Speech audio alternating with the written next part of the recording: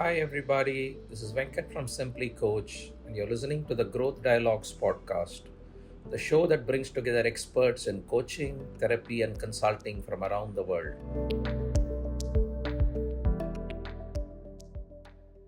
Hello, and welcome to the latest episode of the Growth Dialogues. Very privileged to have a very special guest on the show, Dr. Karen. Welcome to the show, Dr. Karen. Well, thank you for having me. I'm very excited to be here with you all today. Yeah.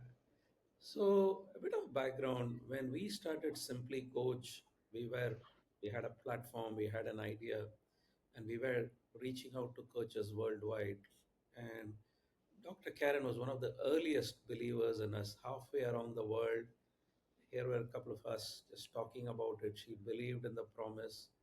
I remember that she said, "Listen, I want to make a small and medium business grow," and that she saw the promise in us and she gave us the trust, which we are very happy about. And obviously, over a period of time, her business has grown, and which is what we wanted to talk about today in terms of a scalable business. Dr. Karen is the founder and CEO of MK Circle CEO Institute. She's a very successful coach, and she has built a business working with many other coaches under her wings as well. So, Dr. Karen, I mean, could you give a bit of background about the sort of coaching you do, and we will take it from there. Absolutely. So, the MK Circle CEO Institute, we are executive coaching and leadership training firm. So, we do executive coaching, of course. We do business strategy coaching with small business and medium-sized businesses. We also actually do counseling because we do have counselors on our team as well. And then we do organizational training. So we do organizational leadership training. We do retreats. We also do services for organizations such as, cultural resets, where we come in and actually support the organization in shifting their cultures.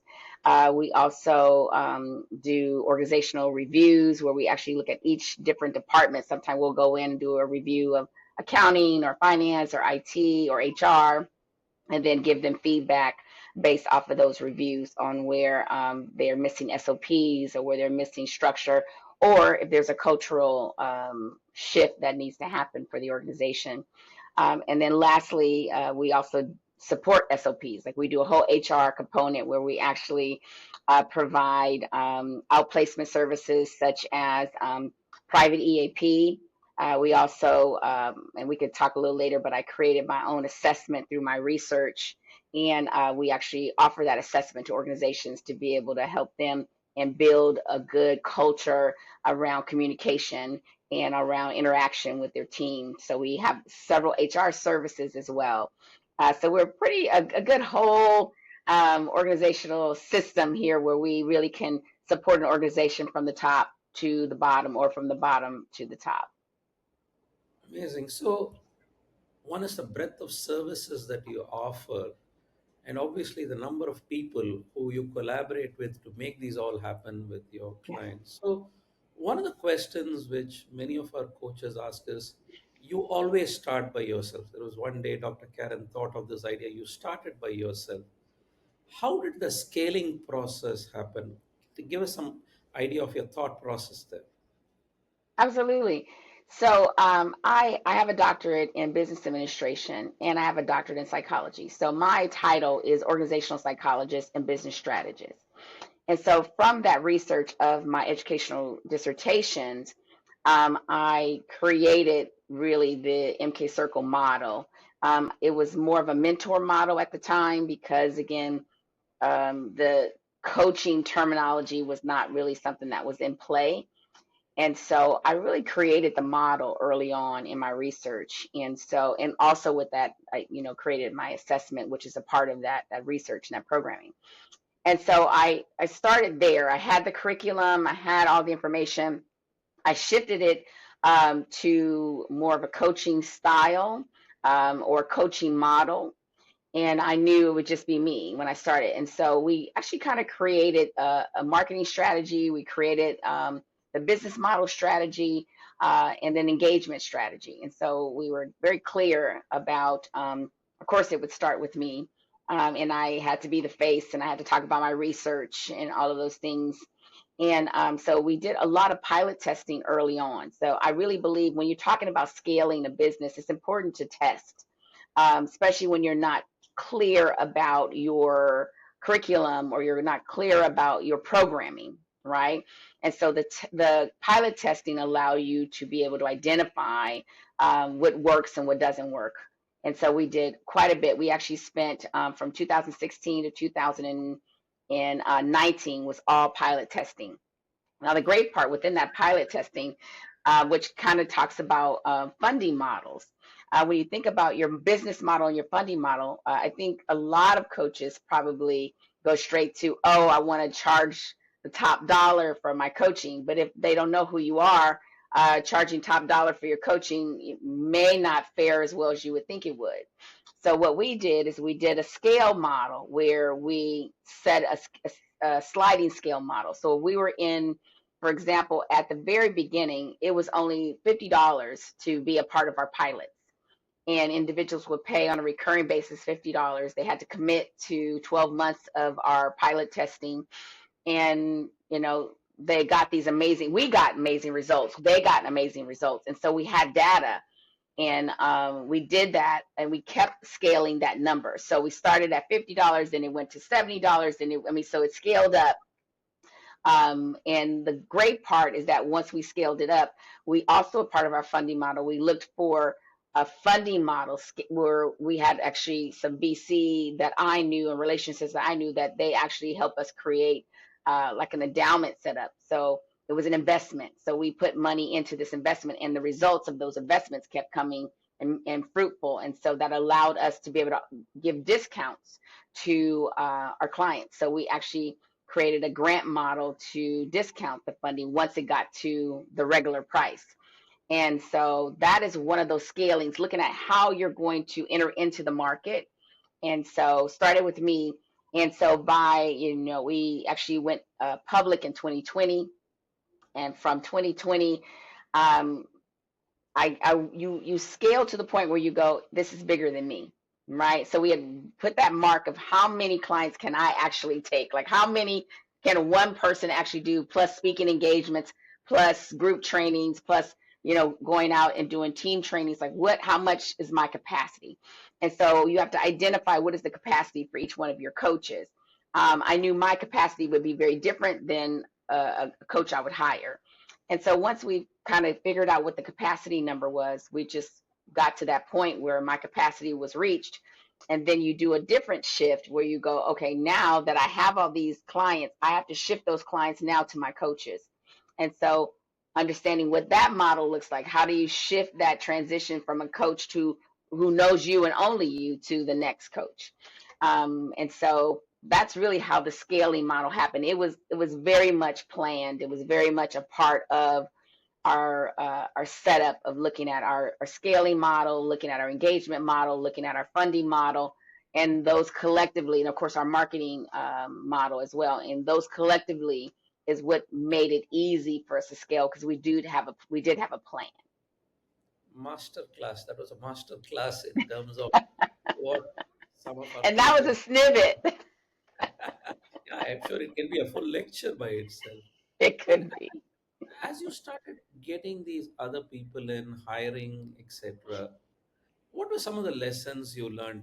Especially keen to understand, were there any hiring mistakes you made in the initial stages? Can you talk to us about that? Absolutely. So, we went to the coaching market. And I think honestly, I have to say this that I don't know if that was the best move, but we went looking for coaches that already were coaches. Hmm. And we found that that didn't fare well for us. Now, it doesn't mean it would fare well for others, but it didn't fare well for our model. And so we wind up getting some good solid coaches. And I think only one of those coaches still exists with us. And so we did go to the coaching sector and looked for coaches. And then I realized that, okay, that's not the model that's working for us. So that's not the strategy of bringing in clients. And so we shifted that and we started looking at um, looking at working with search firms and focusing in on them going to a separate market other than our market to identify coaches. And they were very successful in working with us and helping us find the type of coach that would work for us. So definitely saying that, you immediately think, oh, yeah, if I'm looking for a coach, I should go to the coaching sector and start recruiting in that place. Another one I think is maybe not, and this again, only my opinion here. I mean, I think this is based off of what works for your company. But another one of ours was that we found LinkedIn was not as successful for us. And again, it was one of those automatic that you think you should go to LinkedIn. And we found that it wasn't very successful. We actually, again, did not find the coaches that fit our model. So those were, I think, two of those kind of oops in our situation that we really were looking for a different caliber of coach in a sense where we weight very highly in higher education. So all of our executive coaches must carry what we call a terminal degree, which basically is you have to have a PhD, EDD, or a DBA, or PsyD. Like you have to carry one of those because it was important for us to have coaches who actually manage, who actually did human research. And through a dissertation process, you have to do human research. And if you're coaching human beings, it's important to have understand at least an IRB process and understanding what human research represents, no matter what your subject matter is. And so we found that was our niche, right? Our niche of making sure we found individuals that carry those terminal degrees. And then for our business coaches, they all have to have at least a master's level in MBA or MPA or MPsych. So it had to fit, again, same concept. And so we found that that model worked for us, but we had to kind of wean out um, some of those things. And so I think, the misnomer of going to your sector for us was just something I'm a very out of the box thinker too. So once I realized that that wasn't it, I was like, okay, where do I go? How do we do this differently than probably our counterparts are doing? And it just became very successful for us. What also resonates for me, Dr. Karen, there is that you tried something, it didn't work, so you tried something else. So some of the coaches whom we interact with think that it's important to get everything right at the beginning and then they keep doing it. I think I like the fact that you tried and you pivoted, right? And now you have a certain criteria that has worked for you, sort of people you want to have. So Yeah. one thing which sort of comes from there is as your business grows, there are things that you do always, and one of the things that a leader needs to have is delegate, right? Hmm. Delegating to an assistant or other people in the organization, managers, even some of your own clients, you may have to delegate it to other coaches. How did that process evolve for you? Yeah. Well, yes, I think, if you're going to, so now you have to talk about setting a different mindset, right? And I really believe this is for, honestly, this is for every coach out there who is looking to scale their business. You must understand that you are the CEO of a company now. The moment you decided to start your business, you are now a CEO of a company. Yes, you're a CEO of a small business, but you're still a CEO of a company. And so you have to come in with the mindset that this will scale and I will have to delegate. So I think shifting the mindset first is important and setting that clear picture for you in your mind so then that you don't go down the path of trying to do it all yourself. And the next thing would be you go to the place of when it's bigger than you, you have to see that it's bigger than you. When you no longer can do everything, it's bigger than you. And you start with first, who's a support that you can get. I was lucky that when I did start, I had my executive assistant who worked with me when I was working in the higher education space as well as in corporate space, that she just followed with me. So I had her. And so I had a trust person right off the bat. But finding that executive support is important first. I think that is the first thing you must find because they will have to be your help across the board, right? They'll have to be your help when it comes to hiring coaches and anyone else. They have to be that. And so I would encourage always to find your really solid EA that you know you can depend on and that you can trust. So that starts. And then you, once you realize again, it's bigger than you, and it's bigger than her or him or they, you then have to go into, I have to hire my first coach. If that's your model, though. So that's the other part. Like, that's a model, right? Hiring coaches is a model because then you have to decide how I want to hire coaches. We are firm, so ours is all internal.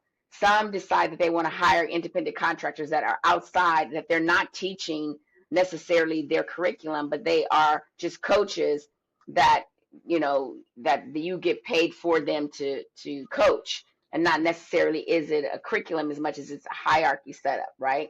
So I think it's about understanding your model of your how your paid model is and how you want the structure of your organization to look like. And we were very clear about that. But letting things go, I think it's the first step of shifting your mindset to what we call the CEO mindset. You must set up a CEO mindset early on if you are looking to scale a business to growth and to get to the point. And we also encourage you to say, where are you trying to go, and not kind of go by the seat of your pants, I guess, in the sense of like you want to be able to be clear about, I'm trying to create a multi-million dollar company, or I'm trying to create just a nice little niche company that just serves people, and this is all I want to do. So being clear about your mission, your personal mission first, and then your business mission, I think is important. So well put, so well put that. So what are the things that comes up as you try to scale this, and in your own case, what role did technology play in this? Could this have been done without technology? How does that work for you? Right. Well, systems are crucial, right? So once you figure out the curriculum and figure out how you want to do this, you start realizing you're collecting files because you have to keep information for your clients. You have to keep notes. You have to keep all of these different things for your client base. And so you must keep this information. And so in order to keep this information, you have to be able to figure out, okay, where's the system? I mean, we started where we were just, use File Explorer, and I had all these files with all, the client's first name, first initial, and last name, and we'd have to just keep putting things in there because they're giving you documents and they're filling out stuff, and so you have to say, okay, going back, when is it bigger than me? And so we started looking for systems once it was bigger than me, once I knew I had to hire coaches, because you didn't want to bring on coaches in a system where you're still using File Explorer. Because now you have to keep track of your files and their files, and it just became something. And so, very ironically, actually, we were just starting that process. Me and my EA were just starting the process of setting up interviews for coaching systems. And I hope it's okay if I mention his name, but Ram reached out and out on LinkedIn, and I don't know how he knew this, but he reached out and say, "Hey, we have a system. Are you interested?" And it was just exactly at the same time that we were doing our interviews for coaching systems. And I said, sure, we just add you to the list. And we had, about three others that we were looking at. And so we wound up interviewing with Simply Coach as well.